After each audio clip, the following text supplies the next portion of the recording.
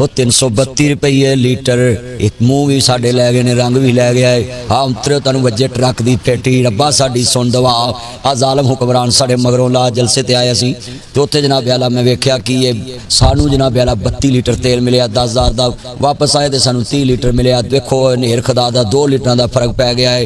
300 रुपये 332 रुपये litre petrol हो गया, 300 रुपये किलो टोटा चौल हो गया। ओए 332 रुपये लीटर पेट्रोल, हुण ते साह भी नहीं निकलते, रंग भी उड़ गए ने। लोग आते ने नासर मदनी नहीं बोलता, मर जाने हो मैं तो पंप ते तड़ी जान रोंदा पिया। मैं इत्थे लोग मैनू पुछदे ने मदनी साहब हुण कित्थे हो? आखा पंप ते जान नू रोना पिया है। 332 रुपये लीटर पेट्रोल हो गया, 300 रुपये किलो टोटा चौल हो गया।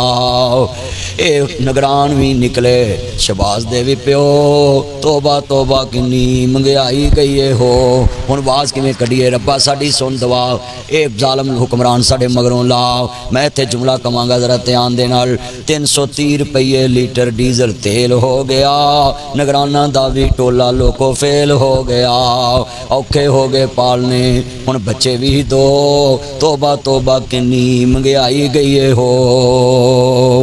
जिमींदारां दा भी बुरा हाल हो गया, गरीब दा ते जीना ही महाल हो गया।